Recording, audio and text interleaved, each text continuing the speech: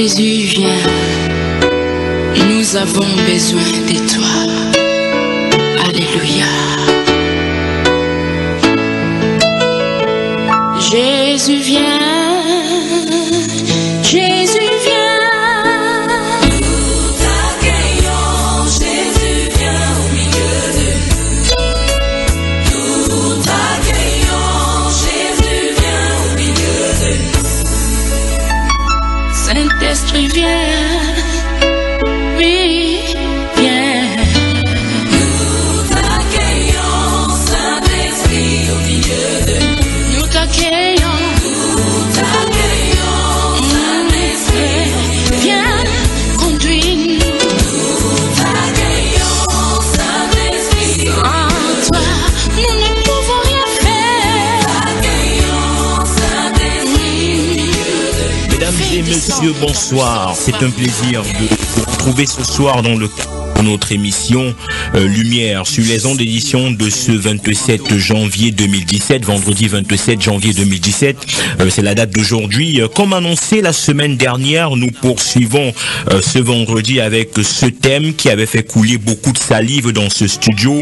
Le thème, vous le connaissez, mesdames et messieurs, rôle et responsabilité de la femme au sein des églises. Deuxième partie, effectivement, c'est le part 2 de cette première édition que nous avons commencé vendredi dernier. Et ce soir, nous poursuivons avec nos auditeurs et bien entendu avec nos invités ce thème. Nous poursuivons effectivement l'analyse de ce thème, rôle et responsabilité de la femme au sein des églises, au sein des ministères. Est-ce que la femme peut-elle enseigner? Est-ce que la femme peut-elle prêcher? Quel est le rôle finalement de la femme dans le ministère, dans l'église, dans les communautés chrétiennes? Quelles sont ses responsabilités? C'est effectivement le thème que nous poursuivons ce soir. Et bien entendu, la semaine dernière, nous avons eu droit à des avis croisés dans ce studio. Si Élie Bertrand Tchabda, l'évangéliste, affirme que la femme ne doit pas enseigner, le pasteur Saker le reprend avec toute la force des mots. Et ce soir, nous espérons convoquer, en tout cas, nous allons convoquer pour cette émission, pour cette autre édition spéciale de Lumière sur les ondes, nous allons convoquer la présence du Saint-Esprit afin que les auditeurs tirent le meilleur des échanges et en soient éclairés. Rôle et responsabilité de la femme dans l'église, c'est le talk show de ce soir. C'est une émission qui est mise en onde et réalisée par Raoul Patrick. À ce micro de présentation, je suis Franck Stéphane Mevois. Bonsoir et bienvenue. Nous prenons une fois de plus une musique de mise en condition dans la présentation du panel. Jojo Mallette qui chante Il y a des chemins.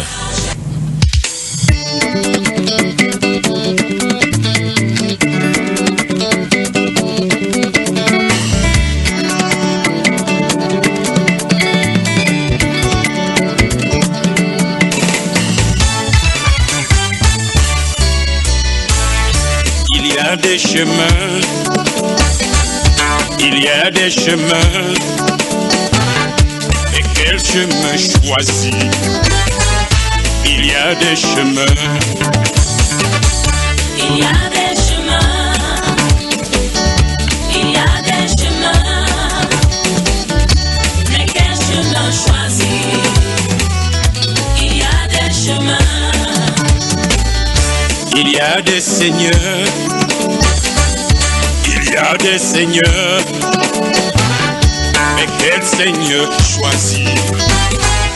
Il y a des seigneurs, il y a des seigneurs, il y a des seigneurs, des seigneurs, il y a des seigneurs, mais quel choisir? mais quel seigneur choisir? Il y a des seigneurs, il y a des rochers, il y a des rochers,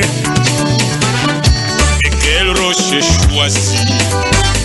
Jésus est le vrai rocher, des chemins, il y a des chemins, il y a des chemins, mais quel chemin choisir? Il y a des chemins,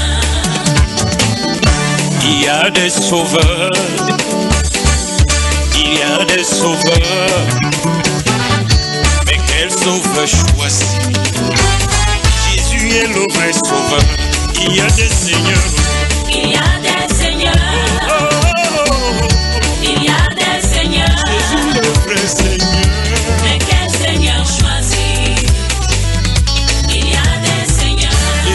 Il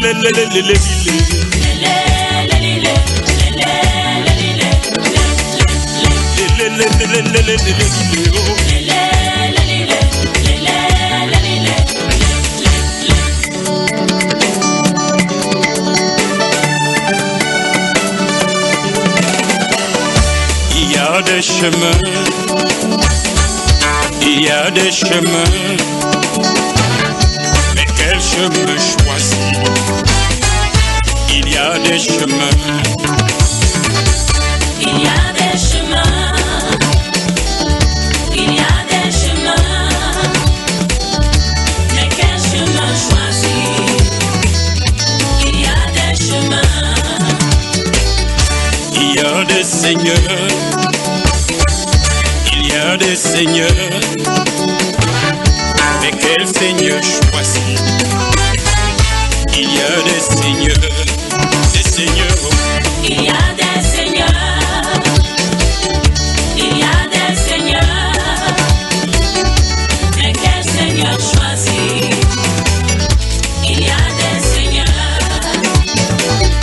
Il y a des docteurs, il y a des docteurs, mais quel docteur choisir? Jésus est mon docteur, mon chemin. il y a des chemins, il y a des chemins, mais quel chemin choisir? Il y a des chemins,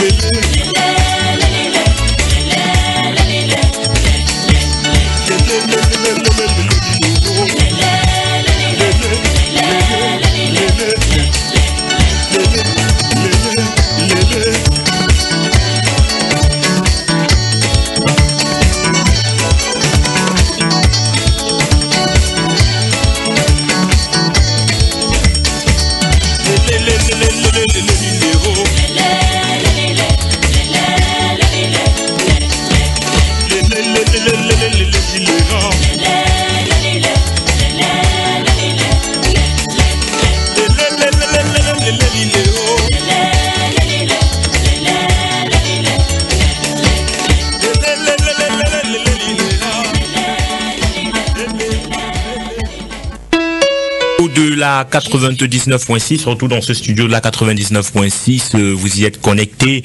Vous qui prenez l'écoute à présent, Lumière sur les ondes qui est en train d'être diffusée en modulation de fréquence depuis la radio du Corps du Christ, la fréquence du Corps du Christ, Radio Bonne Nouvelle. Mesdames et messieurs, rebonsoir une fois de plus. Nous poursuivons cette émission que nous avons commencée il y a quelques minutes. Nous parlons du rôle et de la responsabilité de la femme dans l'église. C'est une émission que nous avons commencée la semaine dernière, vendredi dernier pour être plus exact. Et ce soir, nous avons effectivement la deuxième partie avec nos invités qui nous ont rejoints. L'un d'eux est d'ailleurs déjà là, Élie Bertrand Tchabda. Bonsoir et bienvenue. Bonsoir Franck-Stéphane, bonsoir à tous les auditeurs des Lumières sur les ondes en particulier et des radios Bonne Nouvelle en général. Effectivement, on rappelle que les auditeurs pourront participer également à cette émission à partir de 19h précise au 243 07 56 32, 243 07 56 32 ou alors au 699 49 37 90, 699 49 37 90. Ce sera par appel ou par SMS. Et vous qui êtes à l'étranger, vous pouvez nous écouter à partir du www.radiobonnenouvelle en un mot, www.radiobonnenouvelle en un mot.org. Donc voilà, donc et aussi par WhatsApp vous pouvez participer 699 49 37 90. Donc vous avez tous les codes d'accès, tous les moyens de pouvoir nous écouter et de pouvoir participer à l'émission. Rôle et responsabilité de la femme dans l'église. Élie Bertrand Tchabda, la semaine, est-ce qu'elle s'est bien passée? Très bien, par la grâce du Seigneur. Ok, super. Il faut dire que la semaine dernière déjà on abordait cette question et on connaît très bien les auditeurs d'ailleurs qui ont écouté la semaine dernière, connaissent quelle est votre position. Vous martelez que la femme peut enseigner, mais ne devrait pas enseigner. Je crois Absolument. Voilà, elle peut enseigner, mais elle ne devrait pas enseigner. Elle ne doit pas enseigner à la lumière des Saintes Écritures. Vous nous avez d'ailleurs cité 1 Corinthiens chapitre 14. Qui est un peu plus clair là-dessus. Oui, le verset 33 où Paul demande aux femmes de se taire dans les assemblées. On rappelle ici que le pasteur Saker, qui n'est malheureusement pas encore là ce soir, s'inscrivait en faux et qui convoquait des valeurs de texte et de contexte. Non, de texte même d'abord. Absolument. De texte et de contexte. Également, on a pu relever un verset biblique qu'il a présenté, le livre Galates 3, verset 23. Qui est célèbre dans ce camp-là. Effectivement, qui on peut également dire que 1 Corinthiens 14, 33 est célèbre dans le vôtre. Vous allez former deux camps avec la parole de Dieu. Enfin, c'est la réalité aujourd'hui. Alors, on espère que le pasteur Saké va nous retrouver. On espère également qu'il a donné nous écouter dans quelques moyens qu'il a transmis. Ok, mais alors, Élie, on n'a peut-être pas touché, je veux pas, puisque pour le moment, il n'y a pas quelqu'un en face de vous, je ne veux pas qu'on entre dans le débat vif, mais on parle aussi de rôle et de responsabilité de la femme. On n'a peut-être pas touché ce pan, parce qu'on était un peu plus orienté vers est-ce qu'elle doit enseigner, est-ce qu'elle ne doit pas enseigner. Mais en réalité, selon vous, puisque c'est vous qui parlez, à quoi est appelée une femme dans une communauté chrétienne? Bonne question. Qu'est-ce qu'une femme devrait faire dans une communauté chrétienne? En fait, quel est son rôle? Quelle est sa responsabilité? La réponse, s'il donne la réponse directement à l'émission, s'achève normalement. Mais il y a quelque chose à corriger. Pourquoi l'émission s'achève? En fait, parce que c'est le rôle, le but de l'émission, le but de ce thème, c'est de montrer quel est le rôle justement. Mais ce rôle-là, ils n'en veulent pas. Mais de toute façon, je suis d'accord avec vous, mais le rôle que vous allez donner peut être contesté, peut être contredit. C'est pour cela que je ne donnerai jamais mon rôle à moi. Je vais dire ce que le Saint-Exécutif dit d'elle. C'est pour ça que je cite et je me force dans ces émissions-ci à ne pas citer mes idées, parce que je n'ai pas mes idées à porter au niveau des choses de Dieu. Maintenant, cela dit, vous faites bien de signaler cela, parce que le titre, le thème de l'émission, effectivement, c'est le rôle et la responsabilité de la femme dans l'église. Vous voyez, dans la première émission, on s'est basé uniquement sur ce qu'elle ne doit pas faire, et chaque fois quand il y a ces débats sur les antennes, que ce soit la télévision ou dans des livres, on se base sur ce qu'elle ne devrait pas faire, parce qu'en fait, elles ont les esprits têtus. Peut-être parce que quand on parle de rôle ici, quand on n'a pas déjà défini le cadre de compétences, est-ce que c'est parce que je dis n'importe quoi, je dirais par exemple, je le dis comme ça, que par exemple le rôle de la femme c'est d'enseigner. Je dis n'importe quoi. Alors si dès la base elle ne doit pas enseigner, vous voyez que l'enseignement ne peut pas entrer dans ses responsabilités. Absolument. Donc je veux justifier le fait ici c'est pour cela qu'il est important dès le départ de s'entendre sur une base. Qu'est-ce que la femme doit faire? Si on comprend ce que la femme doit faire, on peut facilement lui attribuer en fonction de ce qu'elle peut faire des responsabilités. Le vrai problème c'est qu'elle sait effectivement ce qu'elle doit faire, parce que les Écritures le disent clairement. La Bible déclare clairement qu'elle se doit de mettre dans le silence d'abord pour commencer. Donc il faut voir, pour avancer, parce que lorsqu'il y a des bruits et lorsqu'il y a beaucoup d'éclats de voix, on ne peut pas expliquer des choses. C'est pour cela que la Bible déclare d'abord qu'elle soit dans le silence, comme le dit la loi. On va y revenir. Alors, vous faites bien de première chose, si je vous écoute et sont vos propos, la femme dans l'assemblée, dans une communauté chrétienne, doit d'abord se taire. Elle doit d'abord admettre cela avant qu'on lui présente coquille. Comme vous êtes sûr, voici donc ce que Dieu vous appelle à faire. Voilà, maintenant avançons. Vous allez certainement avoir des appels de femmes ce soir. Absolument, il n'y a pas de problème. Vont réagir au 243 07 56 32, 243 07 56 32 ou au 699 49 37 90 par appel ou par SMS. Vous pouvez réagir à l'émission. Allez-y. C'est leur époque, c'est leur esprit, c'est l'esprit qui règne à cette époque-ci, dans tous les domaines de la vie. Alors donc ça ne me surprendrait pas qu'on me fasse faire des choses aujourd'hui, mais il n'en demeure pas moins que la parole de Dieu a des solides fondements et ça reste debout. Qu'est-ce qu'il veut dire? Nous sommes dans un studio radio de médias. Chaque personne a un rôle ici. Vous avez le rôle de journaliste, il y a un technicien, un directeur de chaîne, il y a un chef de programmateur. Supposons que quelqu'un vienne dans cette chaîne de radio et dit que mon rôle ici c'est de puiser de l'eau. On n'a pas besoin de puiser de l'eau ici ou bien de creuser des puits dans ce cadre-ci, parce que dans cette maison-ci il n'est pas défini de cadre pour quelqu'un qui doit creuser des puits. Et par conséquent son rôle est obsolète et il n'a pas de place ici. Donc donner des postes et des responsabilités à des femmes qui ne se trouvent pas dans les Écritures, c'est faire vraiment un corps fantôme dans le corps de Christ. C'est ce que j'appelle le cancer du corps de Christ. On greffe donc dans la chose de Dieu ce que Dieu n'a pas dit. Dieu a spécifiquement donné des postes à chacun. Et quand on parle de l'enseignement, justement, puisqu'il est question de cela, pourquoi lorsqu'on dit la femme ne doit pas faire ceci, on voit seulement l'enseignement, parce que pourtant littéralement ça lui est interdit là-bas. Pourquoi on va dans le grec pour essayer de chercher pour que qu'est-ce que enseigner veut dire dans ce contexte-ci? Pourquoi on cherche de contexte pour ça? Dans 1 Corinthiens chapitre 6, la Bible déclare fuir l'immoralité sexuelle. Là on ne cherche pas de contexte, on ne cherche pas. Et tous les pasteurs quand ils voient quelqu'un vivre dans l'immoralité On cite ces passages. Non, mais peut-être parce que, sans vouloir vous couper, je suis un peu obligé pour ne pas faire de la monotonie. Déjà, vous parlez seul dans ce studio. Quand vous avez parlé des versets bibliques, par exemple, tu ne voleras pas, qui est un commandement qui est connu de tous. On ne va pas aller chercher le grec. Peut-être parce que ça fait l'unanimité. Ça veut dire que tout le corps... Il n'a même pas manqué, même dans ces commandements, les gens continuent à voler. Je suis d'accord avec vous, mais le commandement, il est clair. Et il fait l'unanimité. Maintenant, je veux peut-être justifier le fait que les personnes aillent fouiller dans la langue première pour pouvoir avoir le sens juste du fait des traductions. C'est justement parce que souvent, ça ne fait pas l'unanimité. Et ça a d'ailleurs été le cas ici vendredi dernier où j'ai deux enseignants de la parole. L'un me dit la femme doit enseigner avec texte biblique. L'autre me dit la femme ne doit pas enseigner avec texte biblique. Alors, à ce moment-là, est-ce que il n'est pas judicieux d'aller creuser dans la profondeur, dans l'étymologie? C'est eux qui enseignent dans les écoles bibliques. J'enseigne pas dans les écoles bibliques, mais ce qu'ils enseignent dans les écoles bibliques, ils disent clairement ceci. Voici les textes, ce sont les principes qu'eux ils ont écrits. Ce sont les hommes qui ont écrit ces principes-là et qui les calent au cou.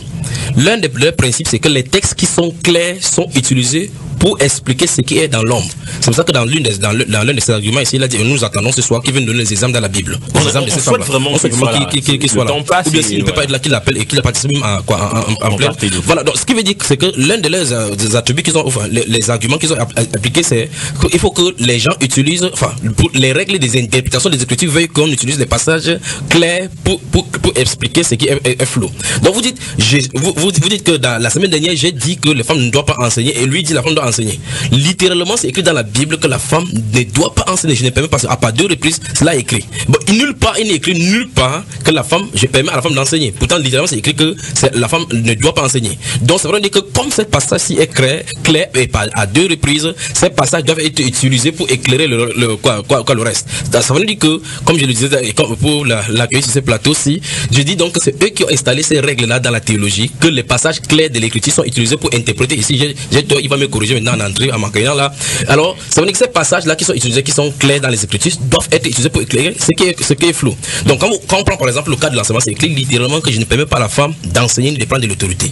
Aller en grec chercher maintenant, ce n'est pas la règle qui sont écrits. C'est pour ça qu'il t'a dit justement qu'il faut qu'on retourne. Et même en grec, justement, ça change toujours la donnée parce que c'est ce qui est dit en grec. Je crois qu'on va y révéler encore maintenant parce qu'en grec, ça dit la même chose. Ok, merci. On rappelle aux auditeurs qu'ils peuvent participer à l'émission. Traitons ce soir du rôle et de la responsabilité de la femme dans l'église. Les codes d'accès sont connus à partir de 19h précises, le 243 07 56 32, 243 07 56 32 et aussi au 699 49 37 90. Vous pouvez réagir par appel ou par SMS pour ceux qui nous écoutent au-delà des frontières africaines et camerounaises. Le lien, il est connu, www.radio bonne nouvelle en un mot, www.radiobonnenouvelle.org. Voilà, www.radiobonnenouvelle.org. En un mot, vous pouvez également retrouver l'émission sur sur YouTube à travers le lien Bamba Iba. Voilà, vous pouvez retrouver également l'émission. Donc, vous pouvez nous contacter. Pasteur Saker qui nous a rejoint dans ce studio. On espérait vous avoir par la foi, la ferme assurance des choses qu'on espère, une démonstration de celle qu'on ne voit pas. Et on a le pasteur Saker. Bonsoir et bienvenue. Bonsoir tous nos auditeurs. Pour ceux qui sont là, ils savent qu'en de coaching, pendant moins de 30 minutes, je voulais dire une foultitude vraiment de personnes, de motos, impossible. Donc, je suis là, ça fait plus de 20 à 25 minutes. Donc, je suis là. Bonsoir. Bonsoir, nous rendons grâce à Dieu du fait que vous soyez là. Comme quoi la foi peut, Élie Bertrand Tchabda, ramener des personnes qui sont dans une situation d'embouteillage et voilà, les amener dans ce studio. Absolument, absolument. Et il est là, vivant, c'est la preuve de notre manifestation. Alors, Pasteur Saker, avec Élie Tchabda, Bertrand, on a abordé autrement cette émission. On rappelle que c'est une continuité. J'ai dit d'entrée de jeu que vous êtes inscrit en faux au propos qu'il présentait ici la semaine dernière en disant par exemple que la femme ne doit pas enseigner. vous étiez, vous aviez un avis contraire, vous soutenez que la femme doit enseigner. Mais avant de revenir sur ce qui a été le centre de notre discussion la semaine dernière, on va un peu toucher des responsabilités, du rôle de la femme. Alors, Élie s'est exprimé, il a dit que la première chose, il va poursuivre, mais il a donné quand même un indicateur, la première chose, elle doit être dans le silence quand elle est dans l'assemblée.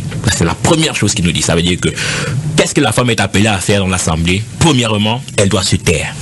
Avant, pour que je puisse entendre mes propres bouches, puisque je suis là pour je vous en prie, allez-y, oui. J'ai dit, pour qu'elle puisse savoir ce qu'elle a à faire, il faut d'abord, premièrement, qu'elle admette d'abord, qu'elle reste d'abord dans le silence. Dans le silence. Afin qu'on lui dise déjà ce que le Saint-Esprit dit qu'elle doit faire. Ok, vous allez venir nous dire également. Mais avec le pasteur Saker, une femme dans une assemblée, dans une communauté chrétienne est appelée à faire quoi? Dans la culture juive, la culture moyen-orient, nous pouvons même constater que même lorsqu'il y avait, le temple était construit, il y avait ce qu'on appelait le parvis des femmes.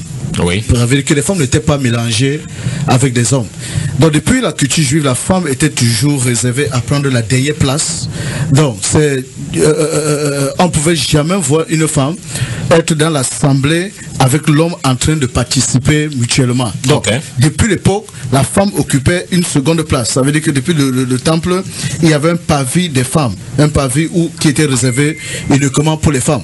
Maintenant, venons dans le domaine dont l'évangéliste Élie parle là. Je crois qu'il est en train d'injecter en même temps la culture juive, qui consistait à ce que la femme avait une place de silence d'abord au sein de l'assemblée. Je crois que nous avons parlé, j'ai parlé de ça la semaine passée.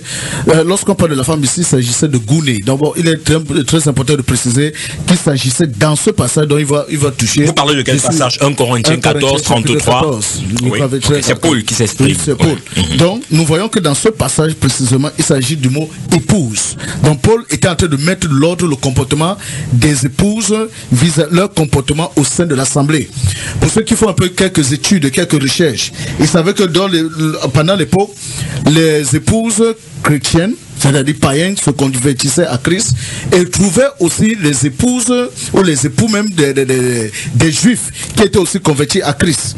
Et cette synchronisation, bien ce partage de ces groupes de peuples, les épouses, surtout des païens, avaient cet élan de prendre la parole en public. Je voulais dire extravaganter. Lorsqu'elles avaient des questions, elles prenaient la parole, elles appelaient les gens à haute voix. Donc elles manquaient le respect au nom de leur liberté. Et pour un juif, c'était réellement une offense. Oui. Parce que le juif, dans sa culture, la femme est réservée à être mise à part. La femme avait une place, la femme avait comme je dis, elle avait une place dans une seconde place. Vous avez parlé du parvis des femmes que j'ai parlé tout à l'heure. Donc voir une femme au sein de l'assemblée prendre la parole, élever sa voix, parler d'une manière entre guillemets arrogante, c'était réellement une dispute. Je vais d'abord rappeler ici que lorsqu'on parle des épîtres étaient des lettres qu'on envoie des lettres écrites. Ça veut dire déjà lettres, oui. Des lettres écrites pour répondre à des problèmes spécifiques qui se trouvaient dans une assemblée bien spécifique.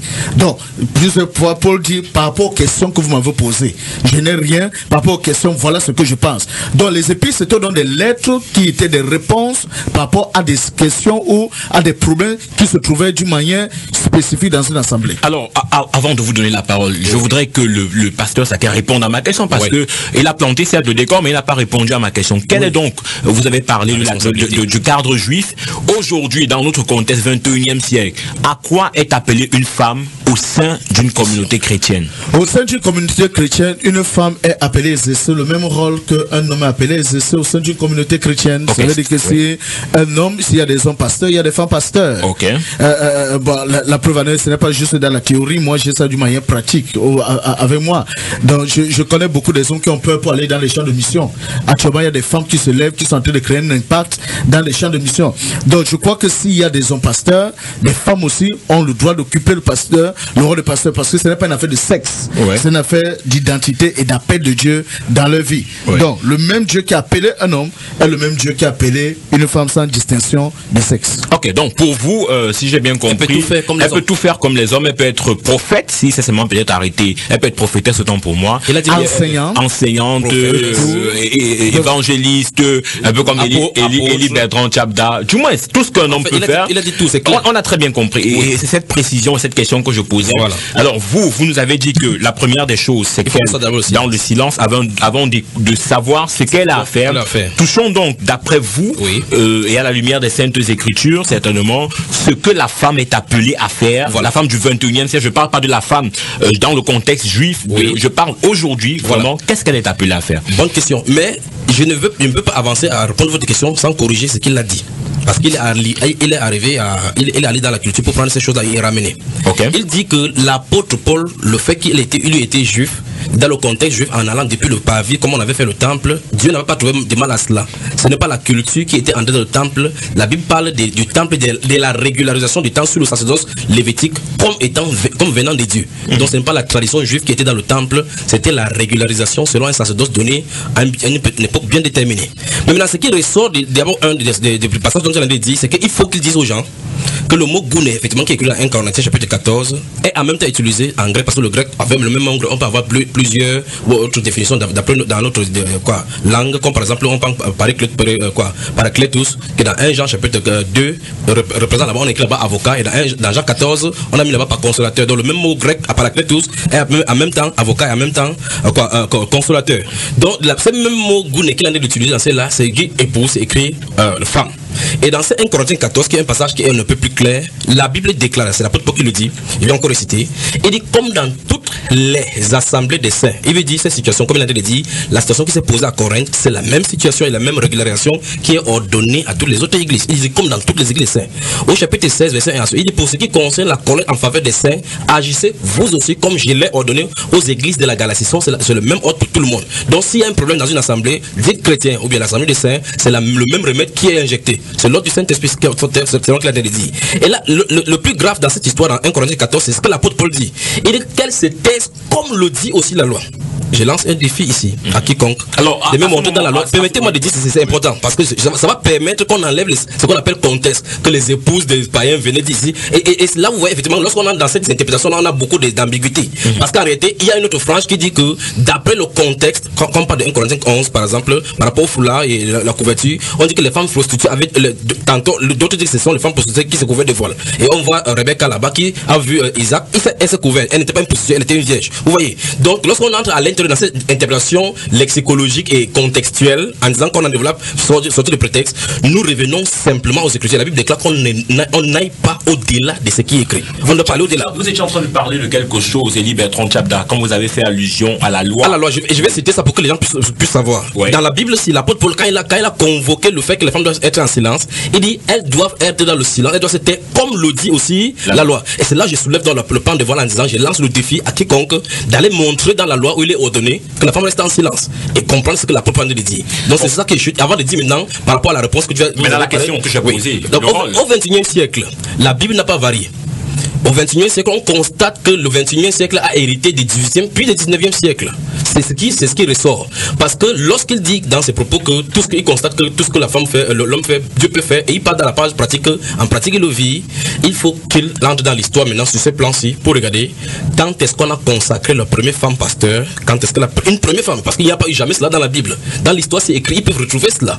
En Amérique, Elizabeth Bright, la première femme qui a été consacrée, qui a été reconnue pasteur, c'est écrit dans l'église méthodiste, enfin, dans les mouvements méthodistes, que ce soit Calvin, Zwingli et tous les autres mouvements qui ont eu lieu, qui ont maintenu la doctrine de Christ. Petit à petit, la décadence va venir. Et vous allez remarquer que chaque fois que, à la suite de la Révolution française de 1700, le mouvement féministe qui va naître avec les garçons qui ont fait scandale en montant les jupes au niveau des genoux, ça a fait scandale. Petit à petit, l'église, puisque l'église fait partie à l'intérieur de la société, va être infectée. Et Élie Bertrand Chapda, le pasteur Saquin s'est prononcé par rapport au rôle.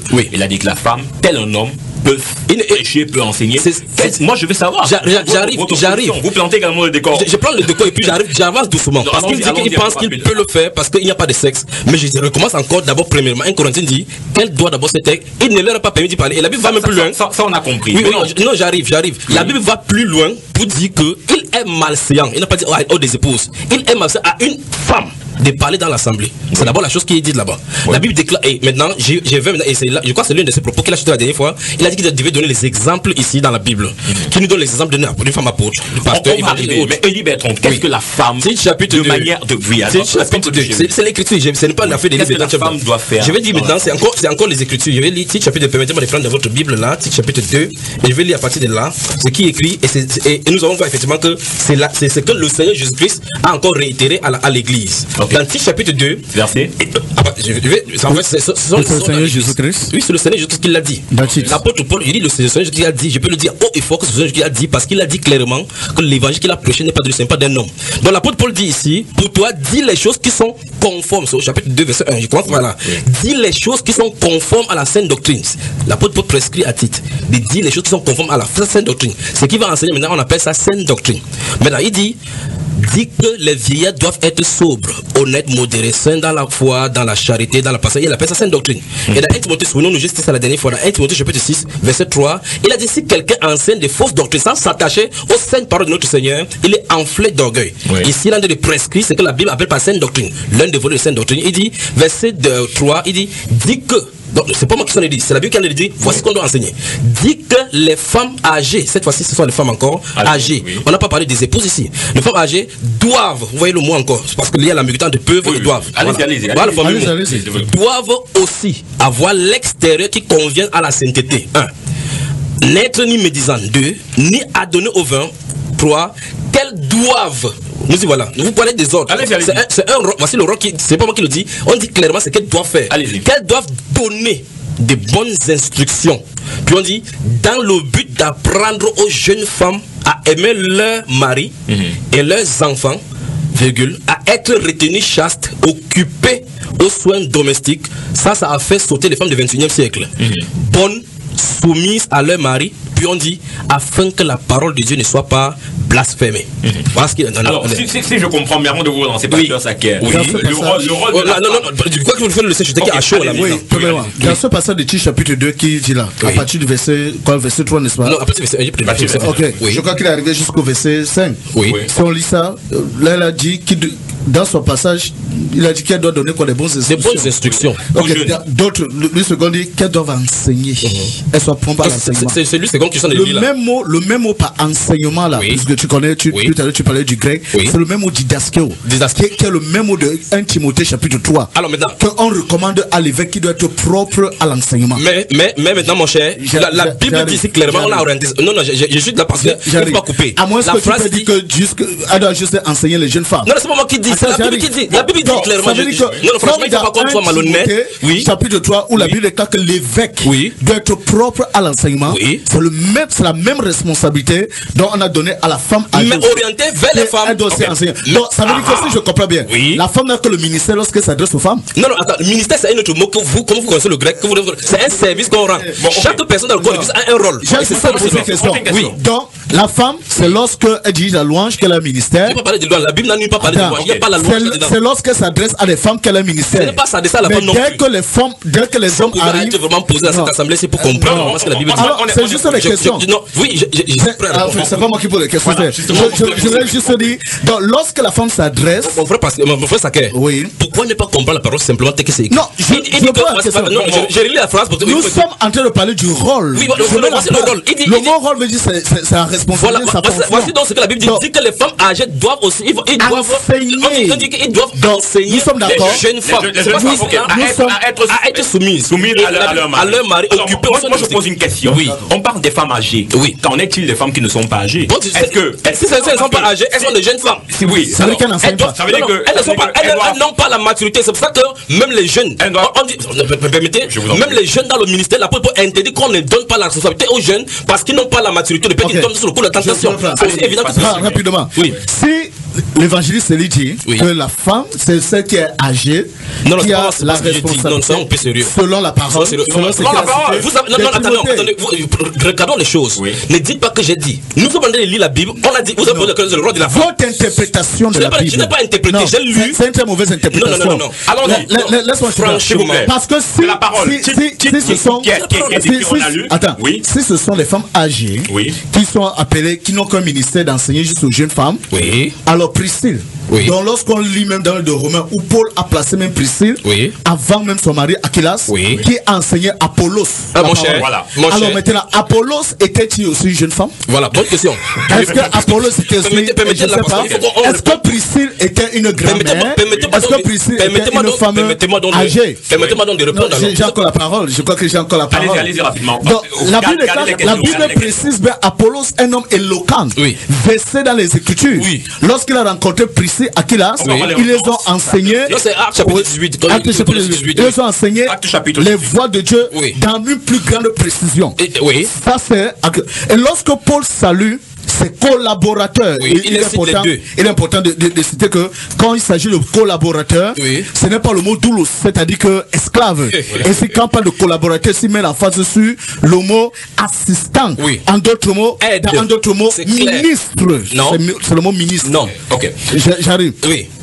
C'est le mot ministre. Oui. Parce que le mot collaborateur fait référence à serviteur, Oui. qui ne veut pas dire esclave, et c'est qui parle de ministre. Oui. Parce qu'il y avait deux aspects dans le grec. Oui. Quand on te parlait de doulos, Oui. il s'agit de celui qui est esclave, qui c'est sur les tables. Oui. C'est-à-dire que le domaine de, comment appeler, de nos jours, quand on parle de diaconesse, elle s'occupe uniquement des choses naturelles, finances de l'église. Oui. Mais lorsqu'on t'appelle ministre, il s'agit de celui qui est occupé au ministère de la parole. Oui. Donc, Paul Il y a dit, ce plutôt sont- une femme dans la Bible qui a écrit ministre. Pourquoi? Non, je vous pose la question maintenant. Avant de, s'il vous plaît, avant de Oui. poser la question, il y avait une question qui était posée Oui. quand il parlait effectivement de Priscille. De Priscille, oui, De Priscille. justement. Comment Priscille a été mis au devant de la scène par Paul? J'aimerais. Lui, Il y a pas de problème. C'est là que je vais le prendre. Bon, on prend cet À auditeur. 5 fois dans la Bible, on va il citer veut Aurélie. prendre. Oui. On prend cet auditeur avant Oui. que vous ne réagissez, s'il vous plaît. Allô, bonsoir, monsieur. Bonsoir, Comment je vous appelle? je m'appelle William. Alors, le frère William, vous voulez intervenir au débat, on vous écoute. Oui, j'ai une question à poser au pasteur Saké. Oui. Oui, puisque dans 1 Timothée, en fait, 1 Timothée 3, verset 2, il est dit, il faut donc que l'évêque soit irréprochable, mari d'une seule femme, propre à l'enseignement. Et comme le pasteur Saké, n'est-ce pas, dit que la femme doit enseigner, j'aimerais qu'il explique aux auditeurs, donc, j'aimerais qu'il explique aux auditeurs comment se fait-il que le fait que l'évêque doit être marié d'une seule femme et que propre à l'enseignement, est-ce que dans ce passage il est dit de l'évêque, si la femme doit enseigner, comment se fait-il que marié d'une seule femme? Le pasteur Saké doit nous dire comment la femme, n'est-ce pas, qui devrait enseigner s'il faudrait que l'évêque soit marié d'une seule femme. Ça voudrait donc dire que la femme doit aussi être mariée d'une autre femme. Ça veut donc dire qu'il est en train de nous pousser à nous faire comprendre que la femme en réalité doit être lesbienne. Si je veux bien comprendre. Ok, merci pour votre question. Pasteur Saké, vous vouliez dire un mot par rapport à ça. Élie. Pour arranger la question de l'auditeur, je crois qu'il a voulu poser la question indirectement si la femme peut être évêque. Non, je crois pas. Parce qu'en fait, il a dit que vous dites que la femme peut être enseignée, et par conséquent, alors que l'on a dit que l'évêque doit être mari d'une seule femme. C'est ça qu'il a dit, être pro enseigné. Je crois que c'est. Non, je n'ai pas compris ça. Mais permets-moi de au moins dire quelque chose à mon bien-aimé. Oui. La semaine passée, j'ai dit l'important de connaître au moins les ABC pour ceux qui étudient la parole. Oui. Savent qu'il y a des principes pour fouiller un test ou bien pour reconnaître une doctrine dans la Bible. Et j'ai dit qu'il y a 4 choses, peut-être pour ceux qui suivent, ou je ne sais pas. J'ai dit que la première chose, il est important de connaître que dans la Bible, dans la parole de Dieu, il y a 4 éléments qu'il faut reconnaître rapidement. Dans la Bible, il y a ce qu'on appelle les faits bibliques, c'est-à-dire les événements, quelque chose qui a eu lieu. Dans la Bible, il y a ce qu'on appelle l'opinion biblique, c'est-à-dire que quelque chose, un avis qu'une personne peut donner. Et si nous lisons dans 1 Corinthiens 7, verset 25, l'apôtre Paul dit, je n'ai pas reçu un ordre de la part du Seigneur, mais moi je donne mon avis. Et Paul même dit, ne discutez pas au sujet des opinions. La troisième chose dans la Bible, nous voyons qu'il y a ce qu'on appelle des traditions, des coutumes, ce qui fait la culture spécifique de ce peuple. Et dans la Bible, nous avons ce qu'on appelle la doctrine biblique. Alors, comment faire pour reconnaître une doctrine dans la Bible? Nous avons dit ça d'une manière claire, et j'ai dit ça ici d'une manière claire la semaine passée. Nous avons dit qu'une doctrine biblique est est confirmée toujours sur le témoignage de 2 ou de 3 personnes. Oui. Chaque fois qu'on lit dans la Bible de Genèse, Apocalypse, oui, c'est-à-dire que tout ce que le Père dit, le Jésus-Christ dit, sans s'adresser particulièrement à une personne et reconnaissant la dispensation est une doctrine. Oui. Et toute doctrine dans la Bible qui est valide est sur la confirmation de 2 ou de 3 témoins. Maintenant, arrivé sur l'aspect de l'évêque, oui, peut-être il n'a pas compris, j'ai dit l'aspect de la responsabilité. On parle du rôle, on ne parle pas du sexe. Nous sommes en train de dire que la même responsabilité qu'on a donnée à l'évêque d'enseigner la parole, c'est la même responsabilité, le mot enseignement, qui est donné à la femme âgée d'enseigner à cette jeune femme. Une femme peut être enceinte d'église ou bien évêque. Est-ce qu'on peut avoir une femme église dans votre assemblée? Plus que j'ai dit que la femme peut occuper tous les fonctions qu'un homme peut occuper. J'ai parlé clairement et je dis, pas seulement ma pensée, dans Éphésiens chapitre 4, la Bible déclare, il a donné aux uns, comme les apôtres, les évangélistes, pasteurs, prophètes, enseignants, pour le perfectionnement des saints. Donc dans ce passage, il n'est pas spécifié qu'il a donné aux hommes uniquement. Lorsque vous faisiez votre entrée ici dans ce studio, je disais que l'une des règles doctrinales que vous avez fixées, c'est que les passages clés nous avons fixé. Oui. Non, moi je sais la Bible. Attends, François Stéphane. Non, je veux pas non, on va pas s'éloigner. La première fois qu'il est venu dans ce studio, vous l'avez présenté comme étant un enseignant de théologie, master en divinité. Ce n'est nulle part dans la Bible. Il a dit clairement le jour-là, j'ai pas voulu faire parce que nous ne sortons pas le sujet. Il a dit ces jours-là que c'est juste une reconnaissance de preuve dans le ministère. J'aimerais qu'il nous dise ici qui est habilité à donner un master à quelqu'un par rapport à son preuve dans le ministère. C'est un peu. Je vais vous montrer quelque chose, un aspect. Je vais dire un truc, je vais pas. C'est de manière personnelle. Ça, sa place. Je vais vous expliquer pourquoi. Honnêtement, on s'est éloigné. Restons dans le sujet. Je suis dans le sujet. C'est comme ça qu'on s'est éloigné en état. Il dit que lui ne voit pas de il donne la responsabilité. Une femme qui est évêque. Je vais relancer le débat. Oui. Donc, Acte chapitre 18, il y a une question qui vous a été posée. Sinon, on va aller dans tous les sens. Absolument, j'étais là à Aquila et Priscille. Effectivement. Je vais le répondre. Pasteur Sakier, sur la base de ce passage, dit que le fait que enfin je vais le citer. Il a dit que il a mis Aquilas au devant Priscille au devant de la selle, parce que dans ce passage justement si vous lisez, on va d'abord citer Priscille puis Aquilas. C'est pour ça qu'il dit qu'il a mis au devant de la selle. Or 4 fois dans la Bible, l'apôtre Paul va citer alternativement Priscille avant Aquila et Aquila avec Priscille. Je prends l'une des fois dans 1 Corinthiens chapitre 16 qui est devant moi dans votre Bible, parce que ce qui est écrit. Parce que en fait, parce que le problème c'est au niveau du fait qu'il a cité d'abord Priscille puis Aquila. Non, c'est pas le problème. Dans 1 Corinthiens, j'arrive au niveau d'Apollo. Je vais arriver au niveau d'Apollo parce que je dis non, il a cité d'abord que l'apôtre Paul l'a mis au devant de cette pièce là. Je vais arriver au niveau de l'offre. On peut même lire le passage dans ces questions. La Bible déclare 1 Corinthiens chapitre 16, le verset 19 dit les églises d'Asie vous saluent. Aquilas et Priscille avec l'église qui est dans leur maison. Parce qu'il y a les écrits là-bas par rapport à ce fait qu'on cite Aquilas en quoi. Priscille en premier montre effectivement qu'elle avait la prééminence. Dans ce chapitre 18, en parlant de cela, la Bible déclare donc que lorsque Claude on avait demandé aux Juifs de quitter Rome pour rentrer chez eux, Aquilas et Priscille qui travaillaient dans l'œuvre du Seigneur ont rencontré un Juif éloquent qui était versé dans les Écritures mais qui ne connaissait que le baptême dedans. La Bible déclare donc que ces couples l'ont pris à l'écart pour leur expliquer plus clairement l'exactitude de la doctrine de Christ. Alors je vais vous arrêter. Quand vous dites ce couple, vous parlez de 2 personnes. Absolument. Comment donc la femme quand le président j'arrive, vous citez là-bas que la femme a passé, la Bible s'est tuée là-bas. La Bible dit que le couple l'a appelé. Lorsque j'invite quelqu'un à la maison avec mon épouse, je peux appeler quelqu'un qui dit viens chez nous, on l'accueille, c'est le couple Chabda qui les a invités. Quand le couple présidentiel va en France, quand le couple présidentiel va en France, on dit que le couple Maram et Chantal va en France, ce n'est pas Maram Chantal qui signe les décrets. Ce n'est pas Maram Chantal qui donne les décrets au Cameroun. On va prendre en rappelant aux auditeurs. Donc il faut pas prendre les passages de l'écriture qui non, c'est pas ça. C'est clair par rapport à c'est pas ça, Élie. Ça, c'est ordre d'écriture. Là, dans Acte chapitre 18, vous n'êtes pas allé dans aucun mot grec là-bas. C'est ordre d'écriture. Vous me permettez de lire le message. Je vous permets, François Stéphane. Qui peuvent participer au 243 07 56 32, 243 07 56 32 et le 699 49 37 90. Shalom à vous en studio. Je pense que la femme peut tout faire à l'église car nous, les hommes, nous avons une même mission. Aller et faites de toutes les nations mes disciples. 3 points de suspension. La femme est appelée à être vertueuse, soumise, mais celle-ci, un appel qui ne me permet pas de terminer mon message. Nous allons prendre priorité aux appels avant de revenir sur le message. Allô, bonsoir. Oui, allô. Bonsoir, comment je vous appelle? Oui, c'est William qui revient. J'ai une autre question. Oui.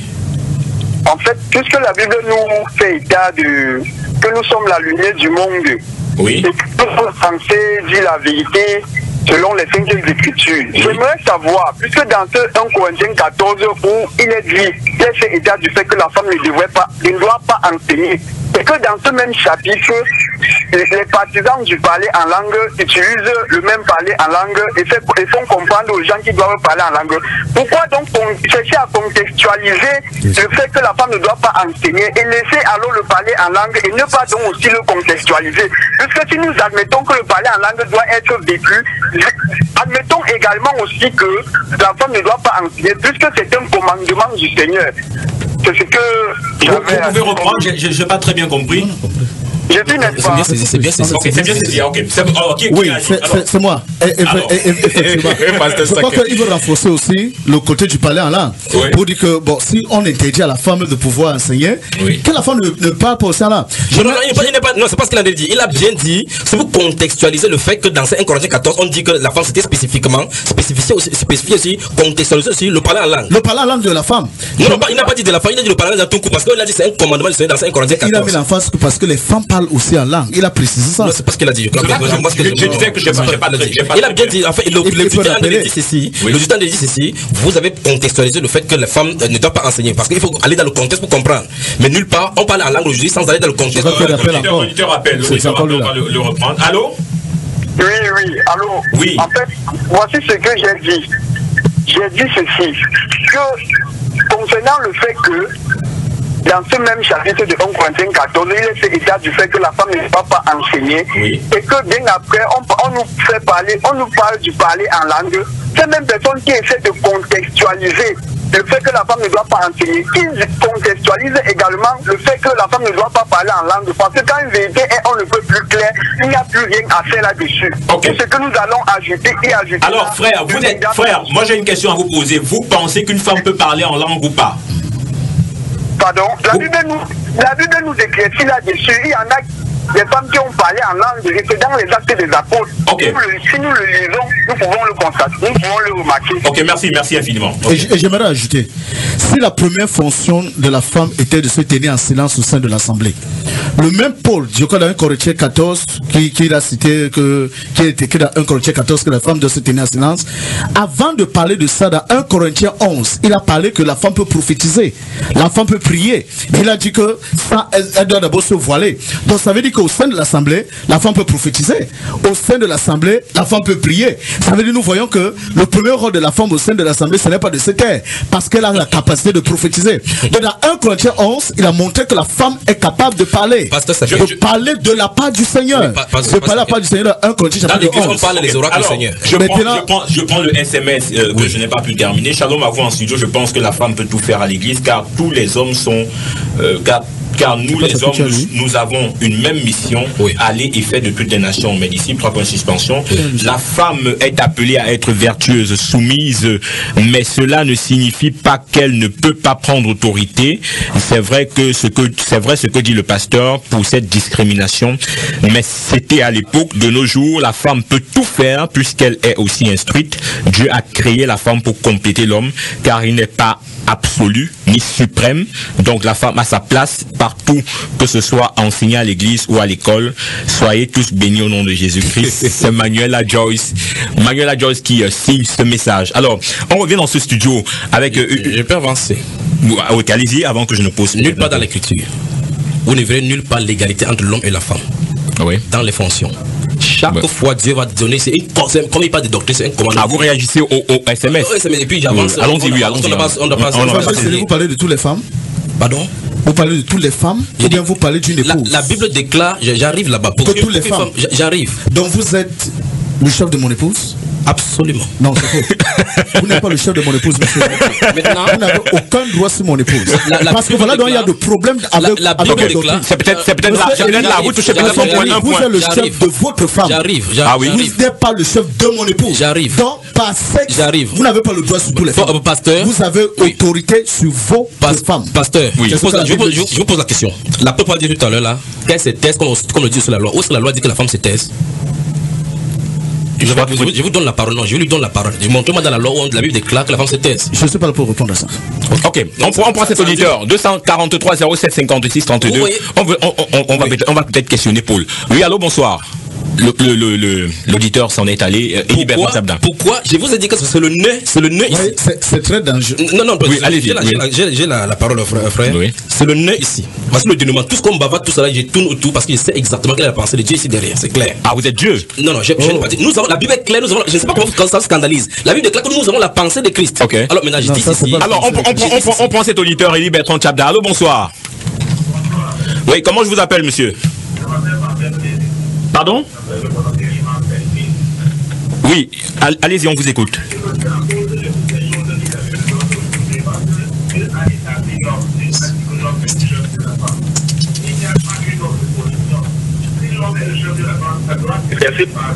Comme le Christ est le chef de l'homme.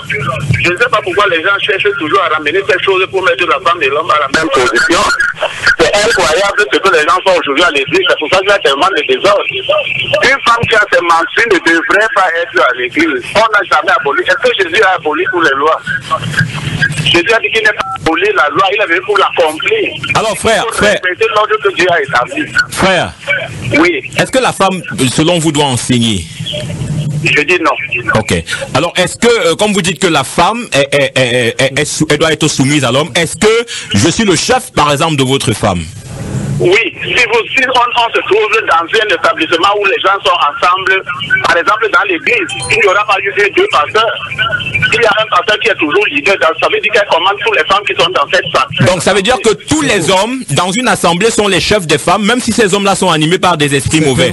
C'est tellement dangereux. La femme, c'est écrit comme ça. On ne va jamais changer ça. La femme ne sera jamais sur l'homme. L'homme, est-ce qu'elle peut être sur la femme et c'est toujours comme ça? Ok, non. merci. Peut-être qu'il n'a pas bien lu ce passage. Okay, la Bible dit clairement, Christ est le chef de l'homme et l'homme est le chef de sa femme. Non, est-ce que c'est écrit sa femme? Est-ce que c'est écrit pasteur? Est-ce que c'est écrit d'abord depuis sa femme? La Bible déclare que toute femme qui prie, la Bible a dit toute femme qui prie. Vous voulez donc dire que, attends, permettez.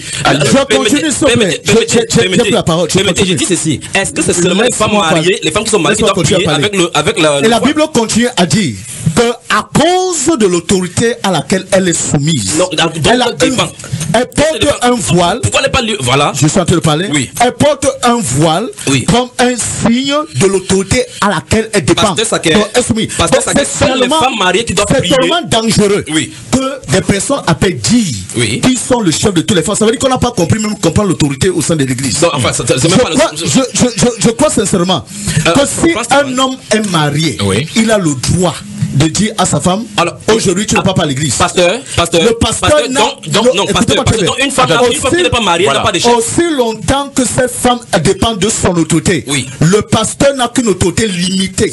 À la mesure de cette autorité, il ne peut pas prendre l'autorité de cette femme sans l'ordre de son mari. C'est ça donc qu'il y a les désordres aujourd'hui. C'est pourquoi il y a des femmes qui sont à l'église lundi, mardi, mercredi, jeudi, dimanche et négligent leurs responsabilités dans leur famille au nom du pasteur. C'est un désordre qu'il faut annuler parce que justement vous avez donné la place à l'église à la femme qui auditeur en ligne s'il vous plaît. Auditeur en ligne, allô, bonsoir. Oui, bonsoir. Oui, baissez votre poste récepteur, oui. Oui, c'est Olivier Ndefo. Oui, Olivier Ndefo, allez-y. Ok. Éloignez-vous de votre radio s'il vous plaît. Vous baissez complètement le volume s'il vous plaît. Voilà. Ok, c'est bon.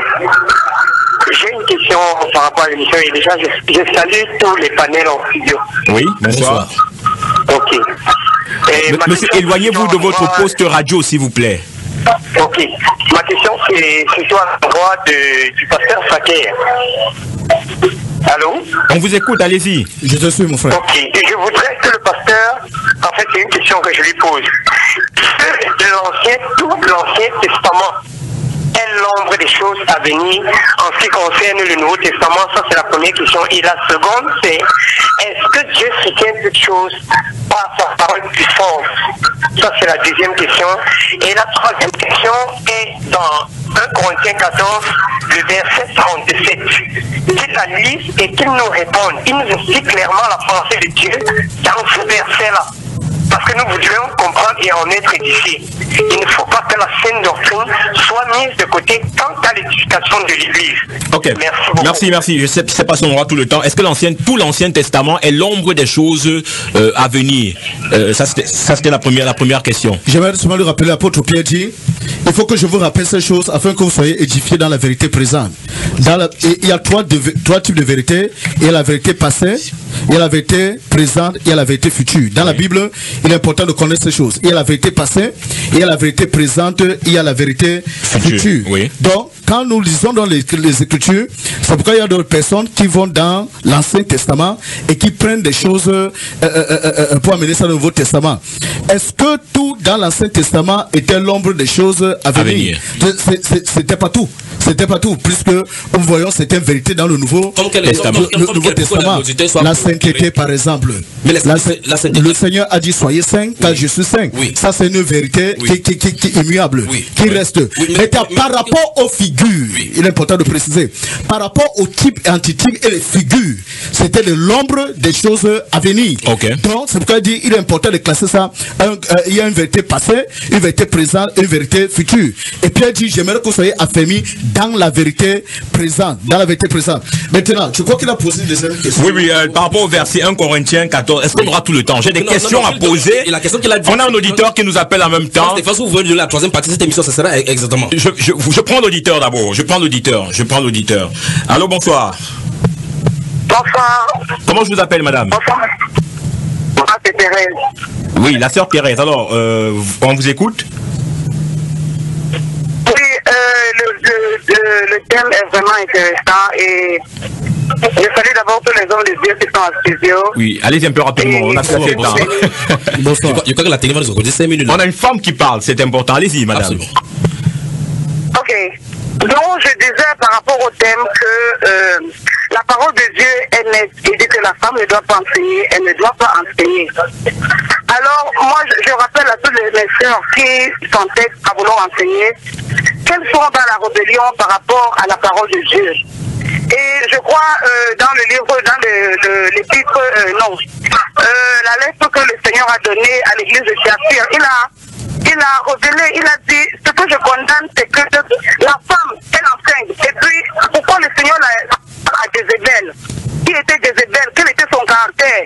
Elle était dominante, elle était dominatrice. Elle voulait prendre des décisions. Alors j'appelais justement pour apporter la contribution et dire que réellement nous devons suivre la parole de Dieu. Parce que ceux que le Seigneur va rejeter le jour venu, ce seront ceux qui auront prophétisé, ceux qui auront parlé du Seigneur, ceux qui auront évangélisé, mais qui n'auront pas fait totalement la volonté de Dieu. Ok, merci infiniment, merci infiniment. On n'aura certainement pas le temps de toucher. On a 2 minutes, Élie Bertrand. J'ai une question capitale. On va peut-être revenir sur ce 1 Corinthiens 14, 37. On a deux questions. On a la prophétie de Joël, qui parle des hommes et des femmes, en termes de prophétie, en termes de songe, en termes de vision. Est-ce à dire que Paul vient annuler cette prophétie? Donc, je pose une question, et c'est à vous que je pose la question. Est-ce que ça a dire... La première chose à faire, ce n'est pas de n'essayer pas d'opposer Jésus à ses disciples. Parce que l'apôtre Paul n'avait rien à voir avec la doctrine chrétienne, jusqu'à ce que le même Seigneur Jésus vienne lui dire clairement, pour les choses que tu as vues et pour celles pour lesquelles je t'apparaîtrai. Il a signé que personne ne peut plus prêcher une autre doctrine en dehors de ce qu'ils ont prêché. Donc c'est tellement parfait que lui-même ne peut plus dire le contraire. Alors la prophétie de Joël n'était pas correcte. Non, c'est pas que c'est pas correct.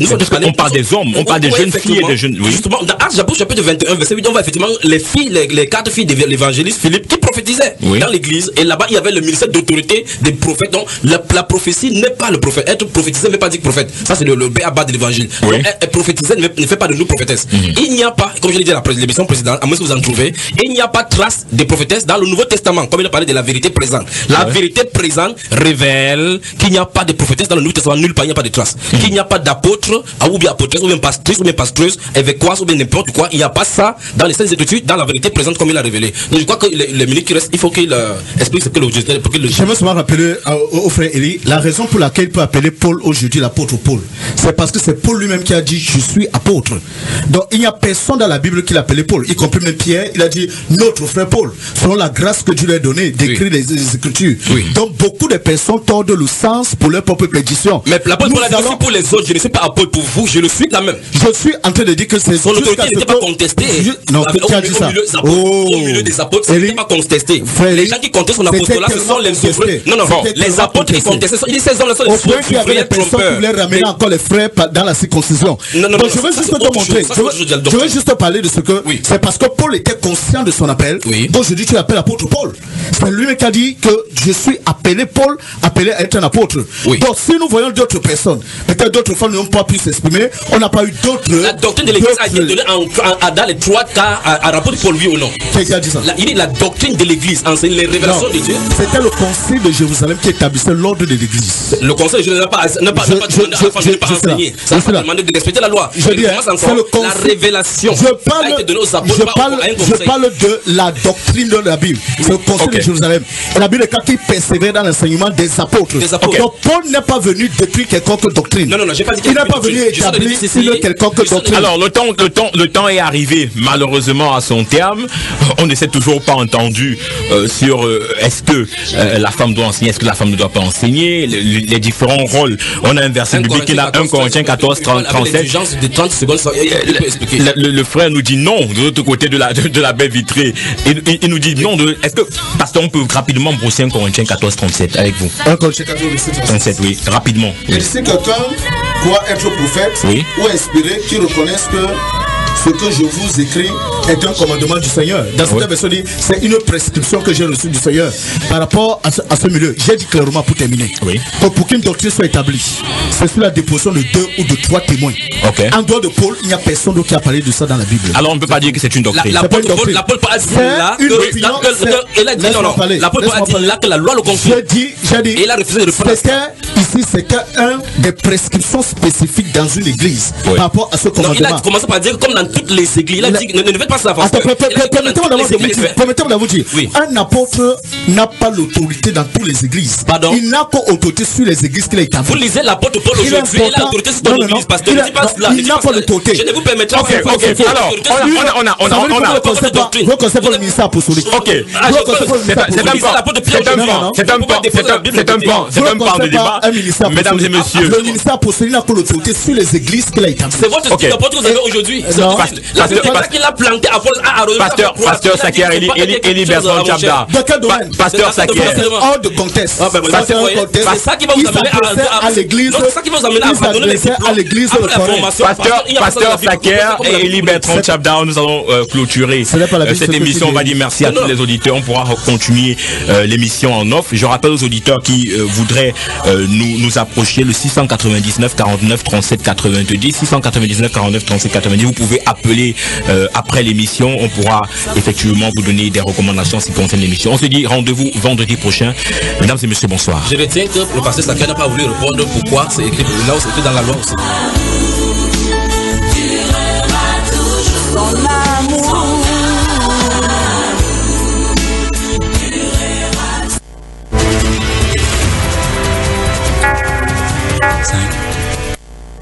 Je veux écouter, mais qui écouter? Radio Bonne Nouvelle. Et pourquoi? Avec Radio Bonne Nouvelle, tout part de l'oreille pour transformer une vie en